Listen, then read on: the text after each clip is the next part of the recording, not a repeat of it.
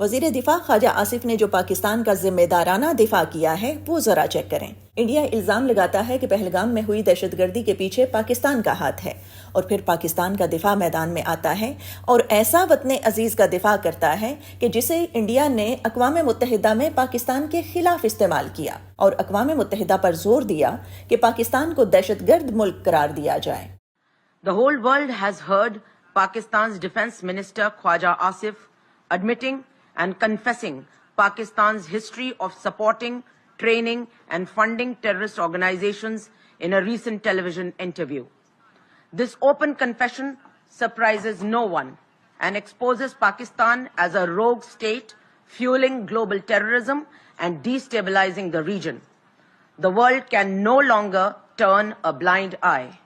I have nothing further to add. اقوام متحدہ میں انڈیا کے مستقل مندوب نے کہا کہ پوری دنیا نے سنا ہے کہ پاکستان کے وزیر دفاع خواجہ آصف نے اپنے ایک حالیہ انٹرویو میں پاکستان کی جانب سے دہشت گردوں کی معاونت کو تسلیم کیا ہے۔ اسی انکشاف نے پاکستان کو روگ سٹیٹ کے طور پر ایکسپوز کیا ہے۔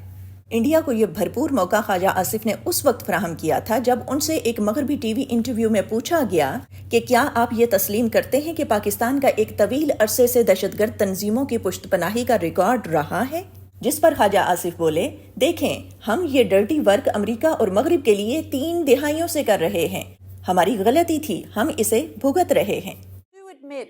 You do admit, sir, that Pakistan has had a long history of backing and supporting and training and funding these terrorist organizations.